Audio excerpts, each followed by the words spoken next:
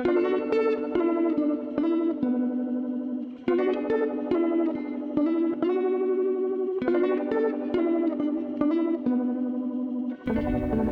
up guys, Clayton from Gnarly Bees here, and I've got Mike. And today we're gonna keep it simple but show you some proper tips for cornering. So your first one is you wanna find your entry point and control your speed. Second, maintain your body position in the corner. The third is spotting your exit and maintaining momentum out of the corner. Mike here is gonna go attack this berm and we're gonna deconstruct what he does. Is that right or no? Yeah. And today we have this beautiful berm and this hero dirt to practice on. When approaching a corner, the first thing you need to do is bleed off any excess speed. Then you need to spot your entry and make sure your entry is clear of any obstructions that may cause you to lose control or rob any momentum as you power through the turn. You spot your exit, go through the turn, and then get on the pedals on the outside of the turn and power out.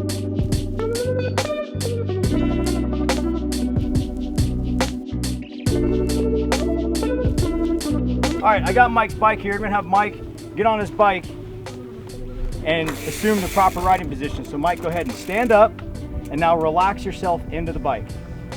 Now remember, some key points. You wanna have your head up and your chin up so you can see the trail. Your fingers are guarding your brakes and you're ready to attack the trail, and your elbows are out. If your elbows are in, when you go to maneuver your bike, you're gonna end up hitting chicken winging yourself. You wanna have your elbows out in kind of that robot dance to maintain that proper body position and be able to move the bike left and right. All right, I'm gonna have Mike go up trail and come down in a very rigid and locked out body position. Notice how his center of gravity is high off the bike and he's not properly weighting into the turn, and he ends up apexing the turn instead of rounding it off.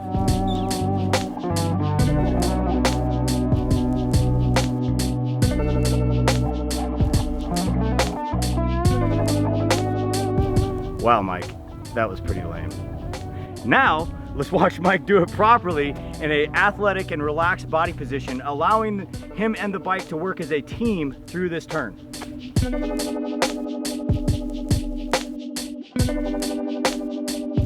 Mike was working with his bike. He separated his body from his bike a little bit and allowed him to rail that turn and really pump through and maintain momentum. Freaking cool, dude.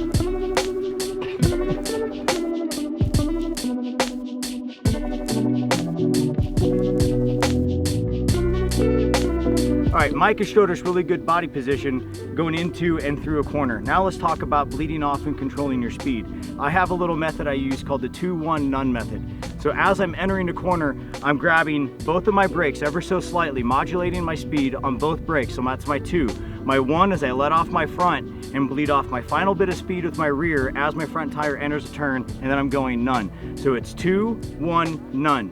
And what you don't want to do is just come up to the apex of the turn, the start of the turn, and just grab everything and skid and just tear up the trail and end up going off trail and losing a whole lot of entry speed. Oh, you okay? Yeah. Okay, just a little fast. Yeah.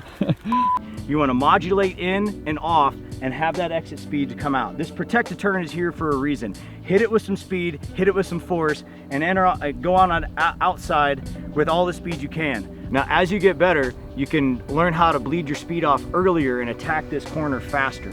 So ideally, 10-15 feet before the corner is where you want to have all your speed bled off so you can focus on body position while coming through this corner.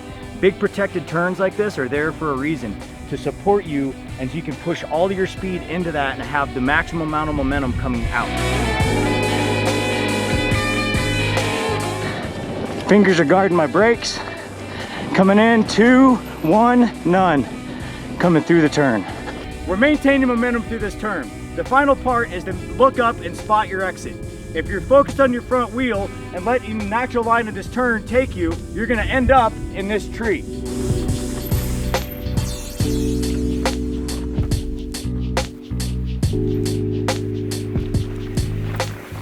All right guys, that's our period of instruction for today on how to attack corners. Don't be like me and end up in this tree.